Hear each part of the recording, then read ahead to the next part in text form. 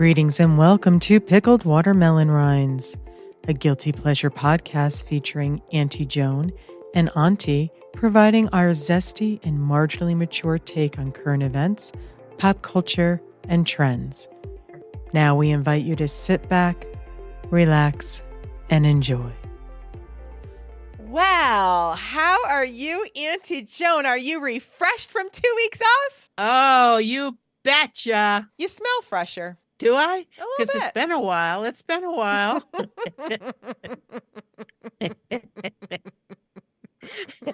That's one thing. My water bill has been pretty good since I just decided not to care anymore. I'm just conserving water because you know what an activist I can be. Oh, yes, that's true. That's true. That's true. We're having some cocktails, folks, because guess what? Cocktails, because it is episode 69. Woohoo! So we have some topics a little bit later that are a little bit on point with 069. Not 100%. Don't get grossed out. We're not going to go there. No, we're not going to go there. But we thought we'd keep it a little bit feisty for this particular episode. But before we get to all of that, I know that it's July 28th that you're all listening to all of our beautiful listeners listening to this on July 28th. But on July 26th, you all should have seen a fantastic, beautiful post that Antie Joan herself put together on the Instagram and the Facebook. And it was talented. So talented.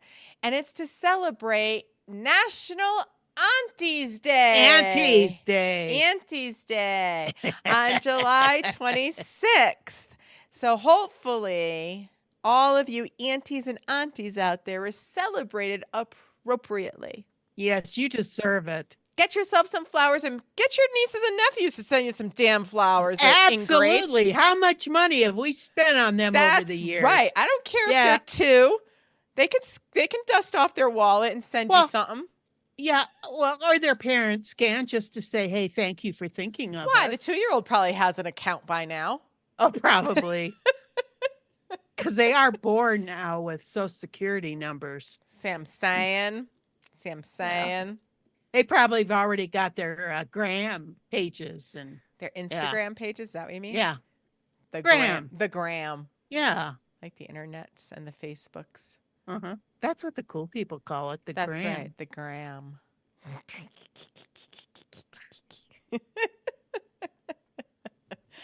But I dusted off. I tried to be creative, folks. You know, my creative gene is not even close to what Antie Joan's got going on. But as you know, I've been spending a lot of money on some home improvement shit around my house, and I'm tired of spending money. And I saw a nice post on the Facebook marketplace, not marketplace, one of the groups I belong to, local groups. And it was for a free 6-drawer long dresser that was the exact size I was looking for to go inside my closet. Oh, it was free? Free. That's why I went and got it, and it was the right size, because I had been looking at dresses online. Either they were too big, which most of them were. My closet is kind of walk-in. I would just call it really an oversized standard closet. It's deeper than a standard size closet is what it is. So I could only put a certain size dresser in there, and most of the dressers new that I was looking at were bigger. But if they were the right size, I didn't love the style. So I was kind of really getting annoyed, and I just kind of every now and again would take another look, and I didn't really want to settle. This was the right size, not the color I wanted. And I said, you know what I'm going to do to that free dresser? What are you going to do? I'm going to refinish it with chalk paint. Yay! And I did. And as you can expect, it did not come out great. But it looks beautiful. But it's going inside a closet, and it was my first effort with chalk paint. And I've since read more about chalk paint. I did watch a tutorial before, followed those instructions. However, I should have watched another video that was all about tips and tricks of chalk paint. And I think I would have done even better if I had seen that before I had refinished this piece. But regardless, I'm happy. We'll see if I post pictures because I'm not that proud of it. But I think it looks lovely. Again, from afar, I don't care. I don't care. It looks really well done from afar, but if you look up close, you can see the striations. It was just the paint was thicker than I was expecting it to be, even though it felt, I mean, when I first opened it, it looked like it was texture of regular paint until I started using it. And I know chalk paint is thicker, but the tip is to dip your brush in water and then into the paint and then brush it on your piece. And continuously do that every time you before you dip your paintbrush into the paint, put it in water first, and it'll spread easier and your paint will go further. And I didn't know that before I did this. So boo-hoo me. But now I know, so maybe I'll try again. I don't know. We'll see. I think you should. We'll see how it goes. Goes. But I do have to give Antie Joan some kudos right here, right now, that she doesn't even know about. She doesn't know what's happening right now. It's happening now because she was so fucking right about loving the handheld bidet. I absolutely love mine. I think it is the best invention since sliced bread. You figured out the best way to use it. I did. It's a little trial and error, folks. And error. But once you figure it out, it is awesome. You feel clean all the goddamn time. It is fan-motherfucking-tastic. And as we alluded to earlier, we don't necessarily shower every day. I know I don't. Not even close. But now I feel even more confident in not showering every day because I'm clean as a whistle. And I can't say enough about it. I had tried when I was staying with Auntie Bethy, when I was in between houses. She had an outlet very close to the spare bathroom toilet. And I said, would you be okay if I bought a bidet seat that's heated and all that? It required an outlet. And I was like, this way, I can try it out here. And if it doesn't work out, then okay. Long story short, I could never get the thing to not leak. And I tried everything and I ended up sending it back. But I mean, I was able to use it a little bit and it was nice because it heated, because it was able to be plugged in as well as hooked up to the water of the tank. The water came out warm and the seat was warmed and all that wonderful stuff. And it was, by remote control, the whole bidet experience. Yeah, wow.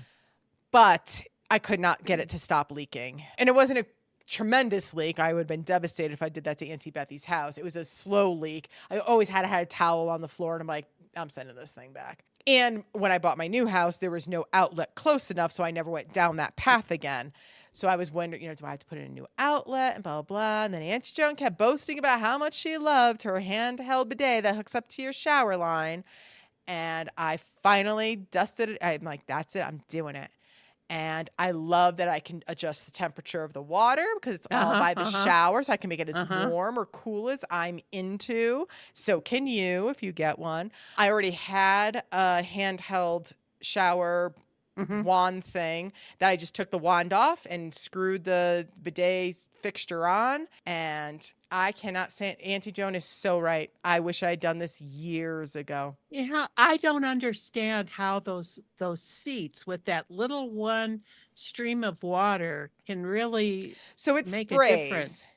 It doesn't come out in a stream. It does spray wide, like in a V kind of thing. Yeah. So you know what I mean? So and it comes out to the front, all the way to the front, and works its way back. Oh, interesting. Yeah. It was okay. This one's definitely better. The water pressure's better. Oh, you got to have the water pressure. Yeah, you do.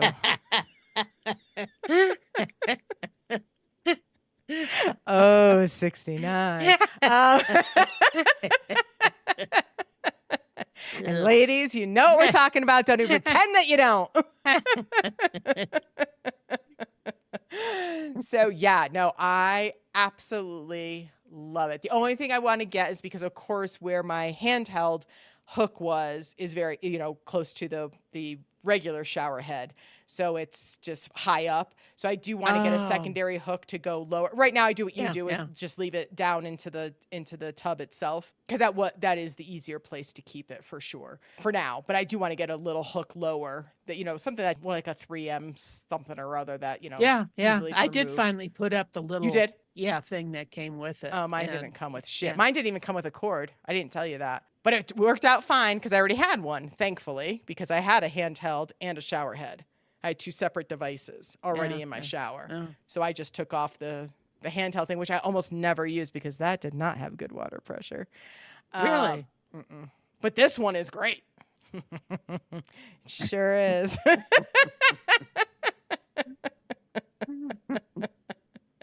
So anywho, thank you, Auntie Joan, because I don't think I ever would have even known this product existed without you. So thank you. Yeah, and I love it. I'm happy. I don't remember. I don't know, somewhere along the line, I decided I wanted to get a bidet type thing. And they were all like, you hook up to your toilet line or you hook up to this and all that. And I'm thinking, oh man.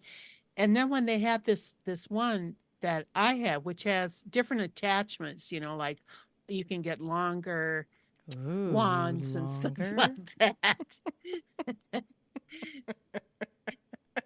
Yeah. Sorry. And you can, what I like about it is, you can get in there and you can move it around, and you can, if you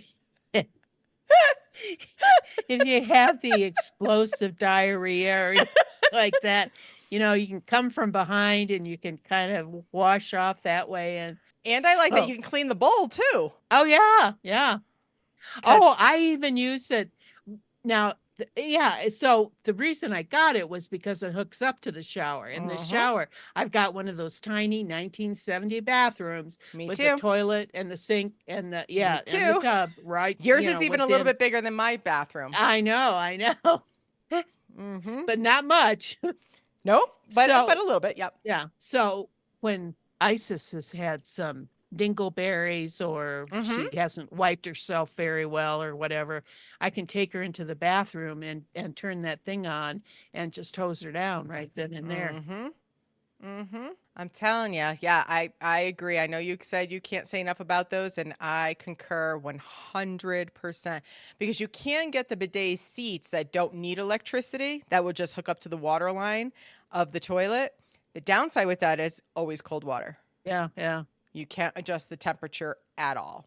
And you can't aim it. You can't move it around. No, you are beholden to how they manufacture the bidet itself. Now, I will say the Japanese have been doing that for a gajillion years, and they've got it down, because that was or not even Japanese, but when I went to South Korea for the first time, my hotel room had a bidet seat, and it had all these controls on the wall, and I'm like, what does that do? What does that do?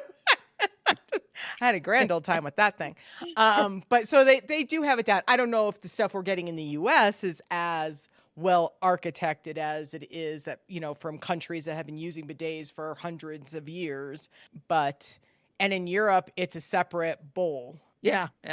That I think you kind of hover over, because that's what I did at first when I got this, because I thought it was going to be more like that kind of thing. That was not okay. Don't do that, folks. You sit your ass on that seat. Don't stand up. It's not okay. That was a eye-opening mess that I had to clean up. Like, God damn it. So, lesson learned. But yeah, no, I cannot say enough about this. Everybody, if you're interested in a bidet, do not waste your money. This was, I think mine costs, I sent you the link. Was it like $30, $40? I don't remember. I don't know. I don't think it was 40. But the bidet seats are hundreds. Oh. They're the nice at least ones, like 100, 150, something like that. You might be able, again, the ones that don't have electricity, you might be able to get for less. But you're also going to have cold water. So I don't discourage those seats. They're not terrible. If that's really the way you want to go ahead. But you can spend a fraction of that money as long as your shower is close enough to your toilet. I would recommend doing the handheld like Auntie Joan. Yeah, and you don't mind the extra hose coming down or whatever. Yeah. Right. So yeah, so thank you. And Auntie and Joan. you save on toilet paper, and toilet do. paper ain't cheap. It ain't cheap, and it's only going to go up with these extra. Oh, we don't get toilet paper from Japan or South Korea, right? No, but everything's going to go I up. know. But it doesn't. We get them from Canada. Yeah. Yeah. Yeah. So there you have it. Or you can make your own with fabric. Oh my God! Did you see that thing that I sent you with that sponge thing on the end of a stick? An actual stick that chick was using. And I said, "What the actual fuck is that?" When was that? I sent it a while ago, but I send you a lot of stuff. So. I think yeah. So I there's think I that. did see it. Yeah. Well, it turns out, which she says at the very end, after she goes through how her family all use them, and she keeps them in, I can't remember the solution she keeps in. I want to say it was like vinegar or something. I don't even remember. Yeah. And I'm like, what are you? And literally on a stick that they got in the backyard. And it was like it's called something, but I don't remember what it's called. But it was like one of those those orange sponges, that really porous sponges. And that's what their family, they took it on vacations. I'm like, what are you talking about? What is happening right now? Turns out they do use a bidet. And so it's not as gross as I thought it was throughout this whole video. I'm like, this can't be happening. She can't be serious. Where's the joke? Where's the joke? So it does turn out. She says at the very, very end, just before it cuts out, well, we do use bidet. And I was like, oh. Well, I mean, still gross because your whole family's using, I don't know if they all have their own goddamn stick. But they're all using the same vinegar. She's like, it all goes in one bucket. And I was just like, no. No. I'll find that. We'll link it to this episode so if everybody can see what the fuck I'm talking about. Even my grandparents were more sanitary than that. They would just, take a fresh page out of the Sears catalog out in the two-seater outhouse. To the outhouse? Yeah. Yeah. There you go. That is more sanitary than what this chick had going on. Yeah. It was nasty. It was nasty. All right. I think we've thoroughly talked about bidets and grossness of these other videos. Have we, though? Have we? How's the weather been, Auntie Joan? Oh, hot as hell. Mm-hmm. It got up to 100 degrees here last Wednesday. Ugh. It got up to 90 up here. Oh, my gosh. It never happens. That's hot That's for hot. you guys. Mm-hmm. And my Comcast Yes. thermometer that shows up on my security camera. Comcast is the devil, folks. If you don't know about Comcast, Well, Comcast yeah. is a cable company, and they are absolutely the devil. Go ahead, Auntie Joan. And I'm sticking with them, but but anyway, their thermometer that would come up on my security screen. Yep. 3:00 in the morning. I am a night owl. 3:00 in the morning, 85 degrees. Ick. Guess what happened at about 5, 6 o'clock? What that happened, Auntie Wednesday? Joan? My air conditioner broke. Ew. I know. On top of no showering, you must have been ripe. I didn't even think it. Well, because I think I took a shower on Sunday or Monday, so not terrible yet. Yeah. So I didn't go to bed till 6 o'clock because I was waiting for the temperature to get down. How And could then, you How could I what? go to bed before that? I mean, too yeah, hot. I know, No fucking I know. way. And I even have ceiling fans in my family room and in my bedroom. But Mhm. the one in the bedroom only has 3 blades, and it just doesn't kick up the wind like I'd like it to. But anyway, and then I ended up getting up early. So, yeah, it was pretty rough. It was pretty rough. So I put in a call to my AC guy. Mhm. I told him how much I like them, and I only she want said, you to work at my house. well, no, and she said, well, we really are booked. I said, I know you are. I'm sure you are. But, I'll wait because I really like you guys. And so You anyway. said, this 77-year-old really you know what I mean? Like, really? But I did. I totally would have. I'm not 77 Not yet. yet. I know. Wait a minute. This How old year. am I? This year. Is it? Oh, my gosh. Right?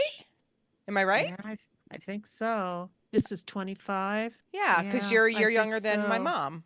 And my mom would Yeah. have been 78 this year. I'm pretty sure. Yes, because she Yeah. was 47, you're 48, right? Yeah. Yeah. So Anywho. where was Sorry. I? I didn't mean to Oh, distract so I'm you. talking to her and I said, no, she said, well, we'll try to get you in before the weekend. And I said, or Monday. And I said, I said, I'm a 75-year-old woman. I've been Did you through say worse 75? You even made yourself Yes. a year younger than you truly I are? thought I was 75. I don't know. I forget. I'm a youngster. I have rights. I have rights. Sorry. Go ahead. Sorry. Continue. I'm a 75-year-old woman. I've been through worse summers than this. I'll make it. Well done. And no, I meant it. No, I 'Cause know, knew- but it's good to throw that out there because that makes people like, oh, shit. That was a good call. Good I call. didn't say I was on oxygen. I should have done that too. You should have. So, as long as I have electricity for my oxygen, I'm okay.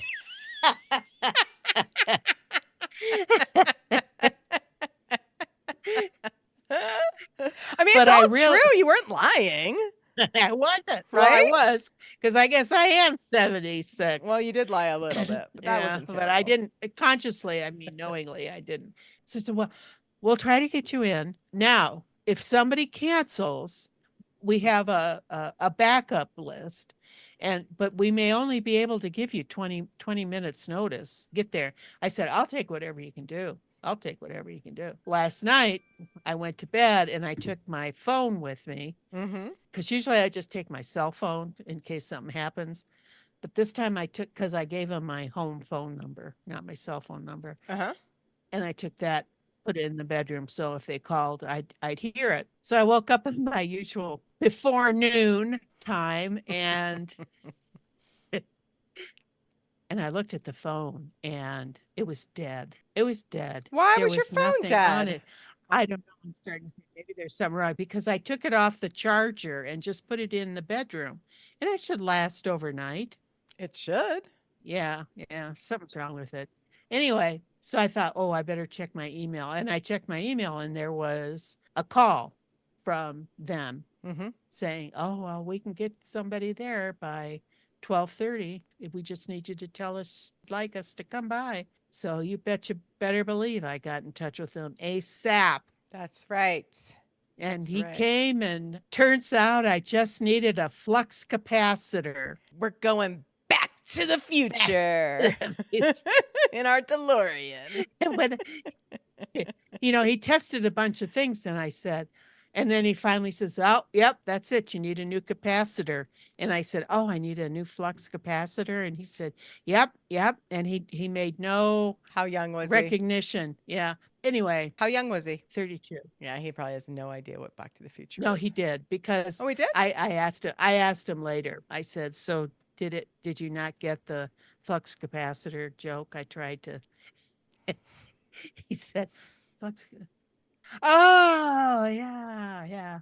So anyway, if you're in need and you're in the Boulder, Longmont area, I strongly recommend circulating air in Longmont. They are the best.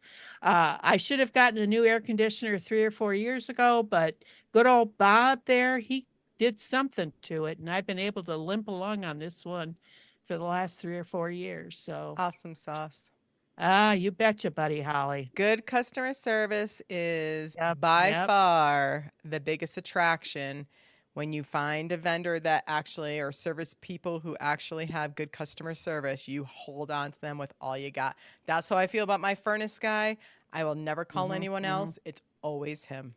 And he comes from Brighton. Oh my gosh. Yeah. Yes, he does. Wow. And sometimes he comes same day. Holy smokes. That's So, a long drive for It is. him. I'm pretty sure it's Brighton. It's either North Glen or Brighton. It's one of them. And I know they're not close to each other, and you're going to laugh at me because I have no idea where either of them are. So I know my hairdresser is in North Glen, but I have no idea where Brighton is. And I think they're right next to each other, but I've been told they are not. So I don't know. It's one of them, but he's a super great guy, and he comes all that way. It's at least an hour and 15 minutes, I would say, with no traffic. So anyway, I hear you. When you get somebody good, you give them a shout out, and They're awesome. Maybe we can put a link out there for them too. Yes, absolutely. Send me the link and we'll make sure we get it into the episode. Very cool. I think bigger firms would probably have said 3 years ago, oh man, yeah, you need to get a new unit. You just, this thing is, it's just not going to make it. But that's what impresses me, that they're still, and Tony is the name of the guy who came today. Turns out he's Bob's son. And when he walked in the house, he says, oh yeah, I remember that unit. And he remembered about the circuit breakers and all that stuff. And it is good to have, once you find your person, them being repeat at your house, they understand it, they know it, and they're able to provide better service as a result of that. Because if you have bad service, then you hire somebody else, they're starting from scratch again. They don't know your system, and they're doing the best they can, but they might not be. So you go on to the next one, and it's like all over again, and it's like, oh my God. So it's great that you're able to find somebody that's that good. Yeah, and they keep really good notes too. And they put them on the invoice so you can see they document the trip, and they're really very good notes. Awesome sauce. Sauce. All right. So as promised, kind of on topic, at least it has to do with sex. We're going to talk today about dying for sex. This was on Hulu. It was a mini series. And the blurb on IMDb says, a story of a woman diagnosed with metastatic breast cancer. Did I say that right? Metastatic? Metastatic breast cancer. Who abandons her husband of 15 years and begins to fully explore her sexuality. Now, the cast, so I had seen Jenny Slate on Seth Meyers. And that is where I learned of this miniseries. As Jenny Slate, who is a tremendous comedian, and she was absolutely perfect in Parks and Recreation. If you ever saw that series, and if you haven't, please do go check it out. It's on the Peacock. You can watch the old season on it. It's old. I think it went off the air in 2017, something like that. I don't know. Anywho, but Jenny Slate's a great comedian, and she plays the best friend to Michelle Williams, who's been Oscar nominated multiple times. Michelle Williams plays the character that does actually have the cancer, and Jenny Slate plays the character that is her best friend. Michelle Williams' character does, in fact, leave her husband to explore her sexuality, and I found this intriguing from a younger person's perspective on sexuality. Being in my, mid-50s at this point, I'm always interested to hear how these younger people think about sex and what they're into and all that crap. And it's very different than when I grew up. And you can imagine me. But I thought they did it in a very tasteful way. It's not overly graphic. There's some sex scenes, but they're not disgustingly graphic sex scenes or anything like that. And of course, it has supporting characters in it too, which Rob Delaney, we talked about him a lot in Bad Monkey, and he is just, I adore this man. He is an exceptional comedian, and he plays Neighbor Guy. I never even realized until I looked up the cast members that they never said his name. No, they didn't. I never paid attention to that until I looked at the cast, and I'm like, oh my God, he's just called Neighbor Guy. Which I thought was really funny. And Esco Julie, who plays Sonia, who is a caseworker who has group meetings for those who are experiencing similar stages of cancer circumstances. And she's I don't honestly know, very funny lines delivered impeccably, and is a thread throughout this and really helps Michelle Williams' character, who is in the show. Her character's name is Molly Kokin. Sure. And Jenny Slate's character is Nickie Boyer. And that's going to become poignant because Antie Joan's got something to say about that in a little bit. But Esco Julie's character, Sonia, really kind of pulls out of Michelle Williams' character as to what she wants to accomplish before her inevitable demise. And Michelle Williams' character basically says, and I'm not giving this away, honestly, you find this out very quickly in the series, that she's never had an orgasm from anyone else. She's only experienced self-gratification and having an orgasm. And Sonia says, and that's your quest. I know she doesn't say it like that. She says it much more eloquently with better funniness than I'm saying it. But basically, this is what you need to pursue. And so that is what this show is about. And it's got Sissy Spacek in it as well, plays Michelle Williams' character's mother. And Michelle Williams' character also had very traumatic experience when she was much younger from one of Sissy Spacek's character's boyfriends. So you can kind of imagine what that will be, but they go into more detail in the show. It's got a really great cast. I didn't know what to expect. I do have to say the last episode does take place in a hospice environment, and that made me very emotional because that's where my mother passed away. So I was very emotional through that part. So it's laughter, there's tears, it's dramatic, it's got it all, to be quite frank. And a little sexuality thrown into it, like I said, which was intriguing for me, just not knowing how the younger generations think. And it was interesting. I thought it was interesting. Antie Joan, your take. You said a little sexuality thrown into it? You thought it was a lot? Yeah. Did you? Okay. Sorry. Yeah, I did. I mean, Michelle Williams is probably the only actress in Hollywood who could play that role and be loved, by as the character. Yes. I mean, all the sex stuff that she was looking. I would worry about a friend of mine who was pursuing it as much as she was. But I think that's generational. Like I said, I was going to say, I would be concerned as well. But Yeah. I think that younger generation, this is like no big deal to them. Yeah. Just, I don't know. yeah. Meaning, she did meet a lot online and stuff, didn't she? But anyway, yeah. I mean, she plays that role with such sweetness, and She's cute. She cute is. girl. Yeah. She is. And she just puts this innocence, she just, and you mentioned, I was going to say something. The woman this was based on the podcast, Dying for Sex. I think you said that. No, I didn't. Oh, it's based on a podcast called Dying for Sex, in which Molly and her best friend, Nickie, that was the podcast, is they kind of walked through her last year after Molly found out that she had her cancer had returned and had metastasized to her bones. I shouldn't have had all that to drink. That is so staying in the episode. I am not cutting that. Oh, where was I going with this? That makes me happy.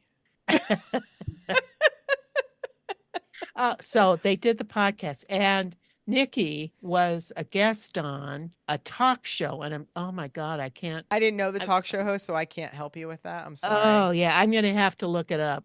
Can we just give me a minute? Sure. Let me just so Nickie was a guest on Tamron Hall's talk show, and she really gave pretty good insight into what it was like for her as Molly's best friend. And anyway, Nickie is actually in the cast of Dying for Sex, and she plays Molly's sister. What?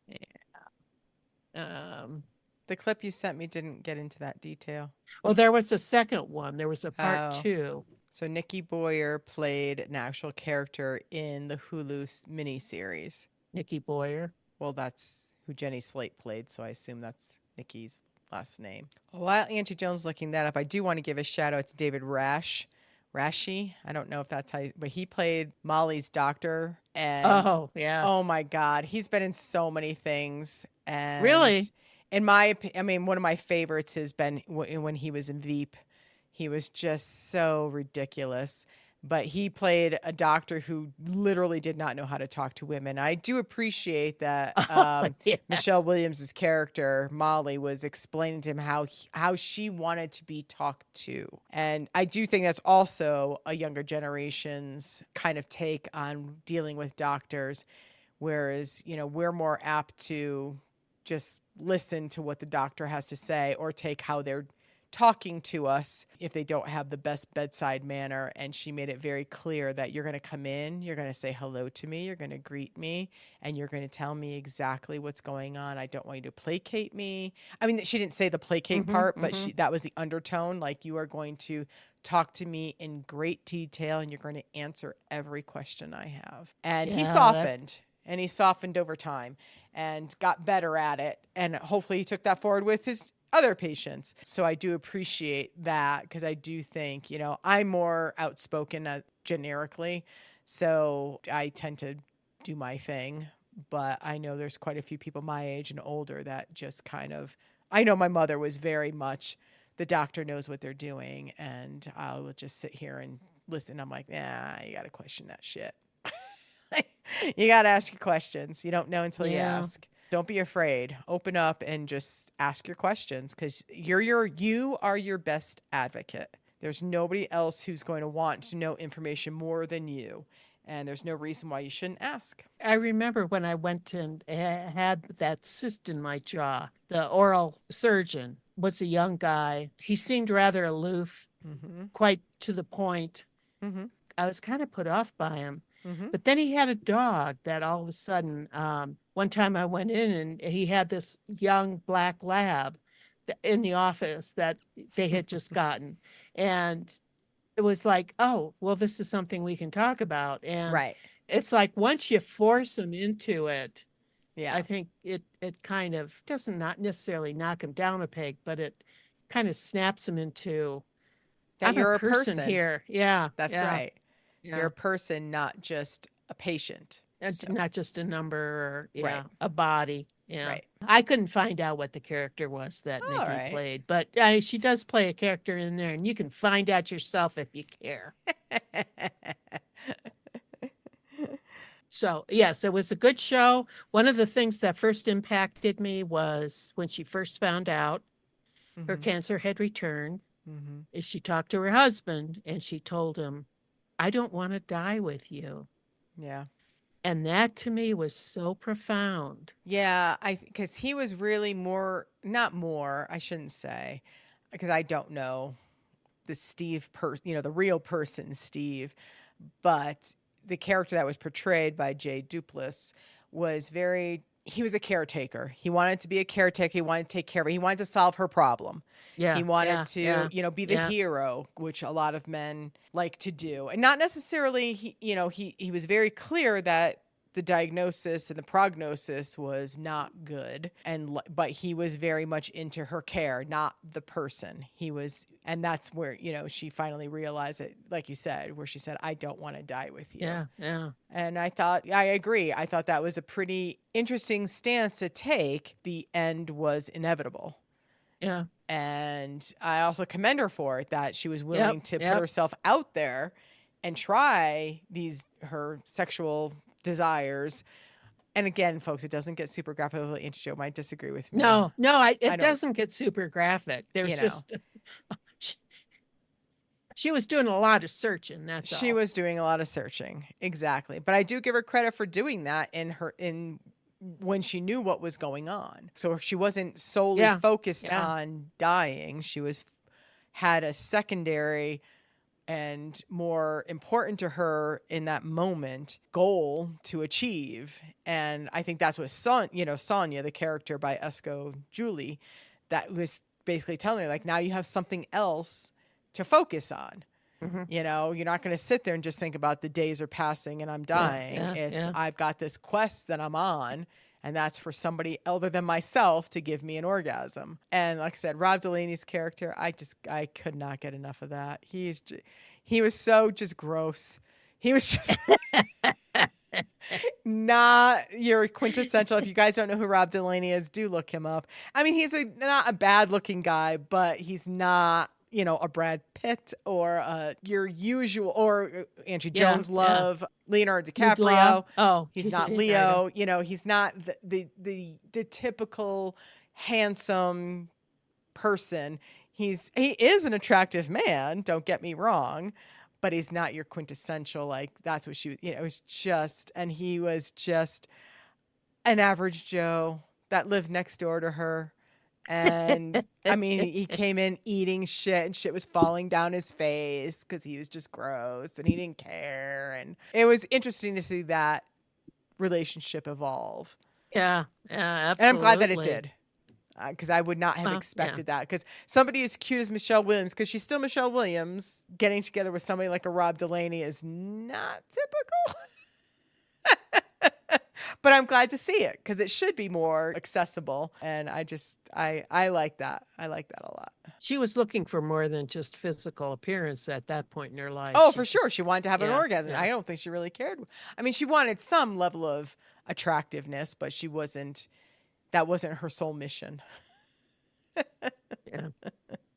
Yeah, she really she delved into some things, didn't she? She did. She did. Yeah. Yeah. And that character, and of course, I can't remember her name. And of course, she's not on my list of cast characters that I have in front of me, unfortunately. But there is one character in the movie who is a comedian, by the way, and she was on Hacks this past season as well as the new secretary to, what's her name? Anyway, the talent agency people that the main character uses.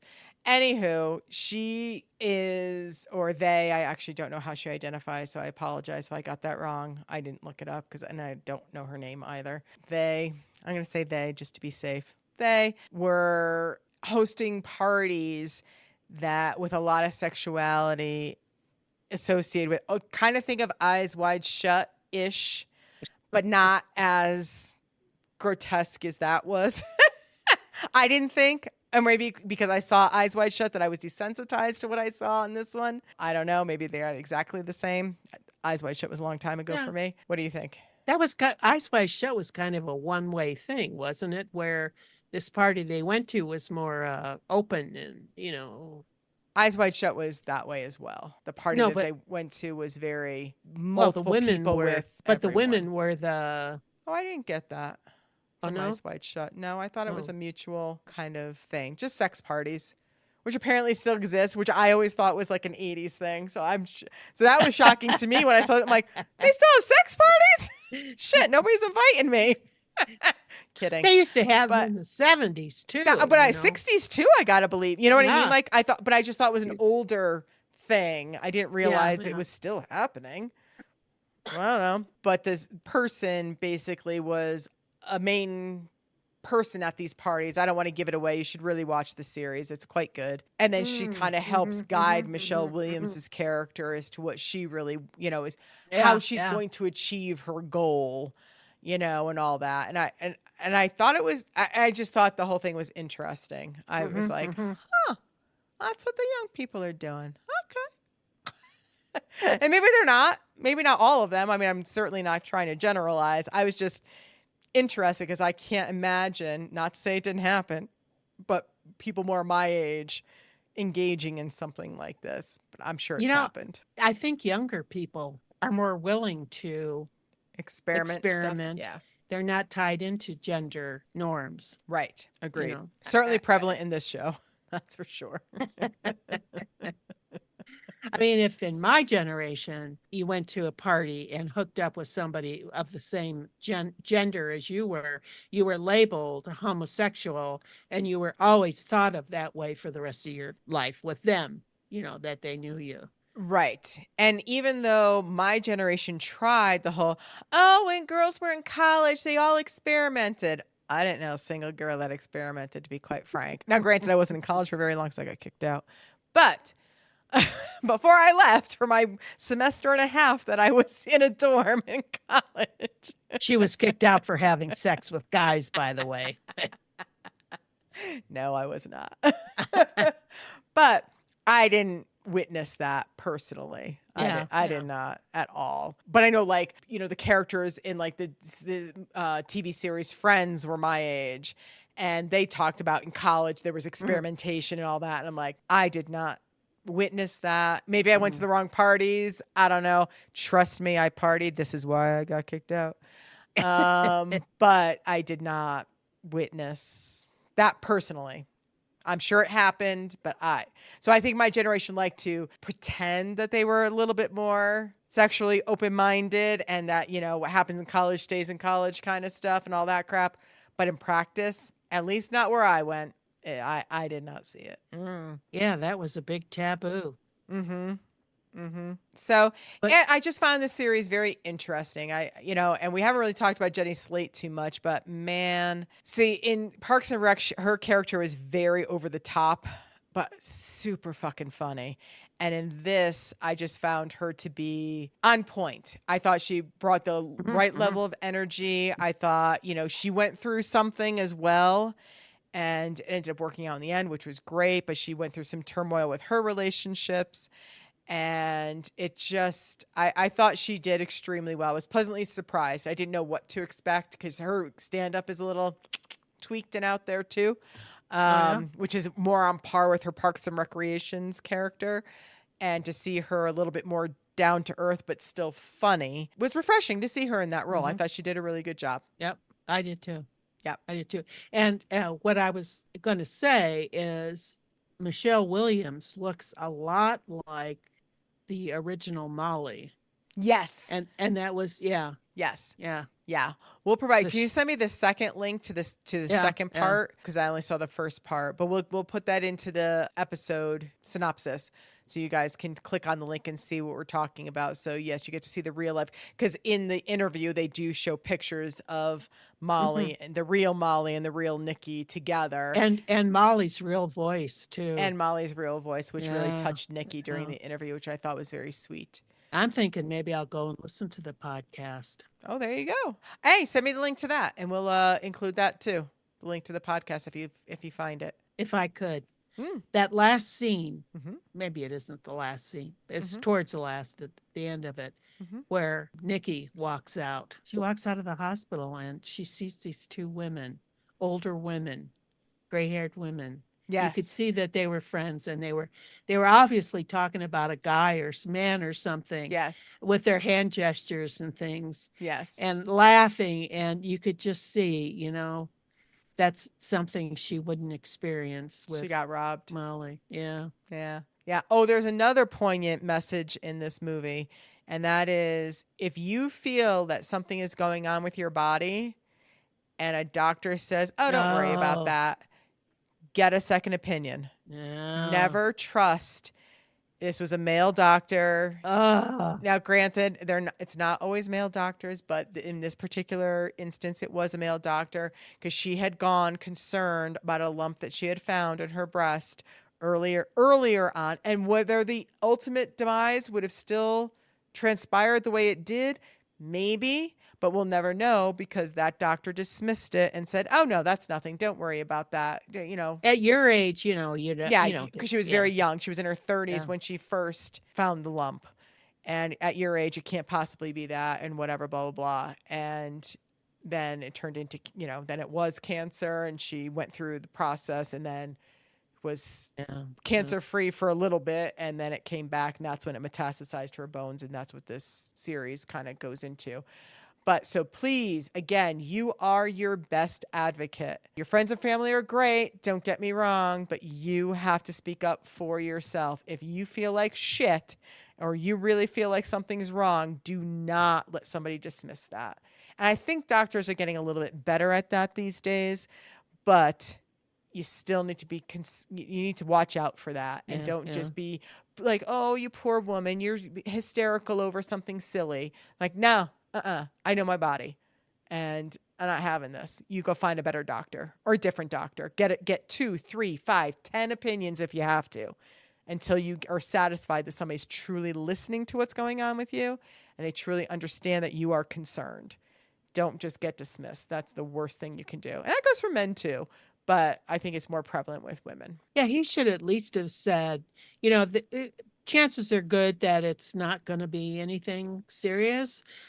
But let's look at it again in 3 or 6 months, Exactly. Let's get you that mammogram. Let's make sure that you're, and So you got to speak up, folks. Don't be shy. The way they handled him, too, was pretty good.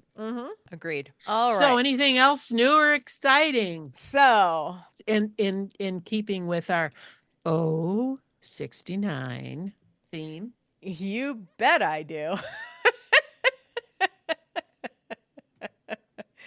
Now, she's going to get mad at me for a second, but I'm not cutting it either. Auntie Joan sent me a link today. Oh, no, that's all right. I just don't want to talk about it. She's a little shy, but I have no problems with it. From a gentleman named John Campbell, who posted this a few days ago on July 8th, and it is about merkins. And if you don't know what merkins are, let me just clarify. It's not a Birkin, like the nice handbags that are thousands upon thousands upon thousands of dollars. As a matter of fact, I read today that the original Birkin sold for $15.9 million. People are fucking nuts. It's a stupid handbag. You people are crazy with the amount of money you can just spend on crap. Unless it was made from leather, from the hides of virgins Vaginas? Or something. Yeah, or that. Exactly. Yeah. Craziness. But anyway, this is merkin. And if you don't know what merkin is, because I didn't, I saw this. Antie Joan sent this to me. I see this fucking dude that's got, in my opinion, Rosanna Dana hair with a full goatee. And I was like, I said he looked like Rasputin. She did say that. And I was like, what the hell is this? I'm just going to read this to you because I think it is perfect exactly as is by John Campbell. So here we go. This jovial looking chap, which we will provide the link so you get to see him as well. And you'll get to see what he's displaying, which at first I was like, what the hell is that? It's all going to become clear in a second. Here we go. This jovial looking chap is a door-to-door merkin salesman. Yup, it's true. Back in the day, women would buy wigs for their foo-foos, particularly ladies of the night who would shave to avoid getting the old seaside sidewinders, crabs, or did you not get that? You got that. I wasn't sure exactly what it was. I assume that's what he meant, seaside sidewinders. Sounds like crabs to me. Or to disguise symptoms of, well, best not to go there. But just imagine if this dude rocked up to ring your doorbell displaying this open suitcase selection of huge 1970s porn wigs. They're basically triangular wigs for your crotch, women. It's insane. I freaking love it. This made me laugh so hard. I was like, oh my God, we're so talking about this on 69. My how times have changed. Follow me for more insane revelations. So John Campbell, I didn't look at any more of his shit. Maybe it's amazing. I don't know what else he's got out there, but this is a fucking keeper. Could you imagine keeping it, seal-like down there and then say, well, for certain occasions, I'm going to slap on this wig. He doesn't say how they attached. Like, was it glue? Yeah. I hope it wasn't glue. That would hurt like a mother. That was before it Velcro? Two-sided tape. Yeah. No, that was, before that. Was it like the old maxi pads where it had a belt? I don't know.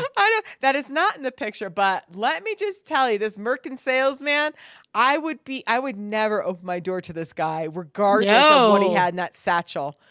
But then if I knew what he had in that satchel, I might open the door just because I find it funny as fuck. Yeah, but you don't know where it came from. Exactly. Where did he get it from?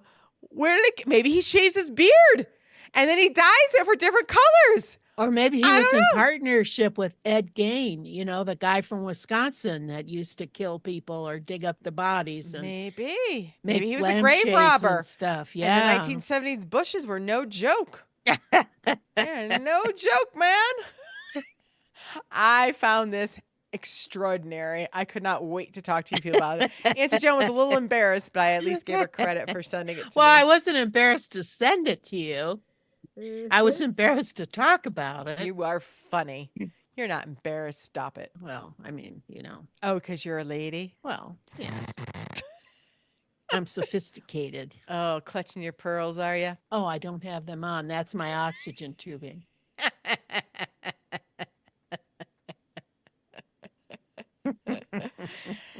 So with that little revelation that we provided to you at the very end of episode 069, anything else you have for our listener today, Auntie Joan? Well, just make sure that you check out where it is you have to go to see all the links we're sending you today. That's well right. worth the effort. Yes, it'll be posted, of course, in our RSS feed, as well as on Spotify, what is it called? Apple Podcasts, right? I think so. I think Apple Podcasts. Anywhere you get your freaking podcasts, you will find us. Although not on Sirius XM because you got to be invited to that, and we don't rank to get invited to that. Yeah. So we're not on Sirius XM. Oh, but we're on Amazon Music and all the places that you normally get your podcast. Unless you're only a Sirius XM, then sorry, you're going to have to. Oh, you can listen to us on YouTube, of course. Yeah. The full episodes are up on YouTube. And of course, we'll have our promos out on Instagram and Facebook as well. So, and of course, if you have any questions for us, where the hell did Auntie Joan find John Campbell's post, you may ask? I'm kind of curious too, but we're not going to answer that here. You should send us that question, and you should do it through speakpipe.com/pickled watermelon rinds. Leave us a voicemail if that's intriguing to you. And we just may answer you on the air. You just never know. So yeah. Lots of ways to reach us. All right, then. With that, we will wrap this wonderful, tremendous 069 episode of Pickled Watermelon Rinds. This is Auntie signing off. And Auntie Joan saying bye-bye now. We thank you for listening. And remember, when life eats away at your core, make pickled watermelon rinds.